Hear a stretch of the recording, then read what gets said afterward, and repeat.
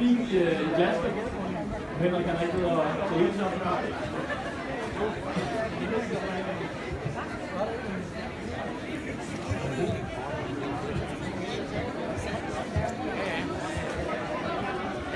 Har I fået smagt lidt på ting her, vi tager lige symboliet igen. Hvad siger du til sådan en gang kirsebærvin og frugtvin i det hele taget? I mange tilfælde i Danmark er det jo rent faktisk noget, vi er rigtig dygtige til. Vi har både desværre og også acceptabelt lavet noget vin igennem tiden, som både der er lige smule, der kan drikkes, og så er der resten, som kan hældes i flasken. Vi har masser af æbler, vi er dygtige til, vi har masser af kirsebær, vi er dygtige til, og vi er ret dygtige til at lave vin, for de ting på Bornholm også.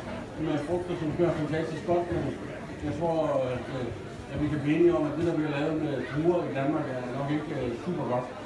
I det her tilfælde, da vi smagte det for noget tid siden, blev vi enige om, at det kunne rigtig faktisk godt erstatte et glas sødvin, om tingene ser. Der var fin syre, der var balance.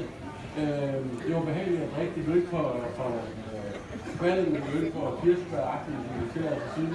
Det har en rigtig fin syre og balance, som er vigtig for os, når vi sætter mad og vin sammen. Er der en, der har en god kommentar til frugtvin? Nu er der meget i Japan, skal jeg vide det. Drikker man frugtvin der? Ja, så drikker man rigtig meget blommevin. Ja.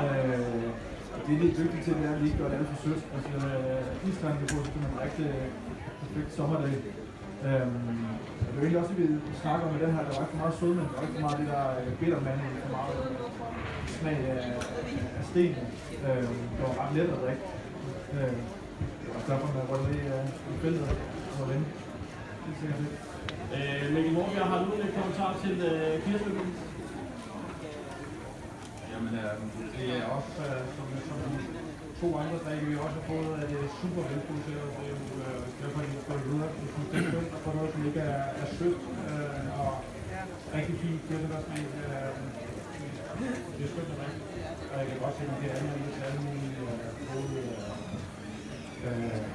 Jeg har også bare en sommerdag i Vestjerne i Hækken også. Det er sådan rimelig velbrugeligt til alle mine kampe. Så er du til Kjell Royal. Tak. Det skal vi lige give kedelige forårsherrerne en forhånd.